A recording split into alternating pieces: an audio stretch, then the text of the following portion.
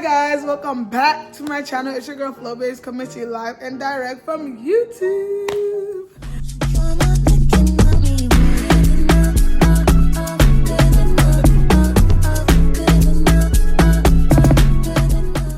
Hi guys, so as you know, I just got back from Dirty December like 3-ish weeks ago at this point.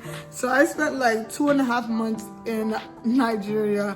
Crazy, I know, not too much on me because I know how y'all get talking about some we greedy staying in Nigeria, but some of us actually like staying in Nigeria. What about that? So I had some time to reflect, and to be honest, don't hate me, but I think I prefer Lagos when Dirty December is over. Yeah, I said it. I think I prefer it just because, I'm about to tell y'all why. We're about to get into it, but child. So, first and foremost, I noticed that the beaches and like the restaurants are a lot quieter and the crowds are less. Man, do you know how long it took me to get food in certain areas because of how much crowd there was in Lagos during December? Oh my gosh. Once it hit like January 18th, January 20th, people started trickling down and going back to their respective homes. And boy, did I notice a difference. Like the crowd was gone. Oh my gosh, like I could eat a full meal and not have to worry about too many people hogging up the lines and hogging up the services. And like, oh man, was I happy about that. Like I did not have to worry about facing any large crowds anymore because Dirty December brings people from all different walks and parts of life. And like, though I'm so grateful to have met so many people from different parts of the world, the crowd was insane, guys. The crowd is insane. Honestly, I would even recommend you coming to Nigeria before the Dirty December craze just so that you can start adjusting to Lagos before the crowd even gets there. If you want to go before Dirty December, a sweet spot is like December 5th-ish. That's like batch B. That's not even batch A, batch B, because batch A is like end of November. So like, if you want to be batch B, that makes sense because then you could avoid that Dirty December, shenanigans before it even starts. And then if you want to leave after Dirty December, I would highly recommend like late January, February, because then you really get to like, have time to reflect on, okay, what just happened? Because Dirty December is a lot. It's like literally like you're on steroids. You're like, okay, like, So I would highly recommend you plan your trip to where like you can enjoy Lagos before Dirty December comes and even after Dirty December leaves, just because it is a different type of experience. It's very different, I won't lie. And it's not something I can tell you. You have to experience it for yourself. But yeah, the restaurants and the open places are a lot calmer and quieter and lesser people. So yeah.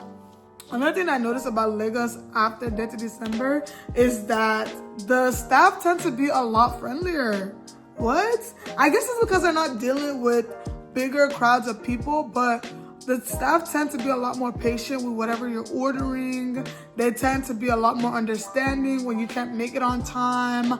Like, for example, like I was running late on one of my nail appointments and boy, was she upset. Like, I'm not gonna lie, I didn't blame her because it was my fault. Like, I wasn't keeping track of time, but once the Dirty December was over, man, she was a lot calmer. She responded a lot faster, and yeah, I don't blame her. I feel like it was because of like the amount of clients that she had to service in a day, and she was just trying to get, her money in and out throughout the day. So yeah, like people tend to be a lot friendlier after like Dirty December is over because things have calmed down. There's not too much rush. There's not too much like, oh, we have to get this done now. So yeah. Another thing I noticed was the traffic. Boy, I had to sit in traffic for over 2 hours to get to the traditional wedding. If you watch my Dirty December vlogs, you'll see that we went super late to a traditional wedding to the point where we missed the whole thing. So yeah, like the traffic was little to none because everybody had gone back to their respective homes, and so I didn't have to worry about like too many people being on the road. The only thing I had to worry about was getting into my Uber on time, and even the Ubers were on time. If you watch the vlog too, you see that the Ubers were running behind schedule and everything, but almost the Ubers were the ones begging me to come downstairs when Dirty December was over. Like, guys, I'm telling you, the ease of things is a lot better whenever Dirty December is over. And it made me realize that I didn't really have a problem with Lagos. I had a problem with Dirty December. I had a problem with the amount of people that were there, because it just made things a lot more inconvenient. Because, not gonna lie, the way Nigeria is set up is not really the most convenient place. So adding all those people on top of the inconvenience, it's just a lot, bro. It's a lot. And like, you can't even blame people that have attitudes when you do meet people that have attitudes, because it's a lot.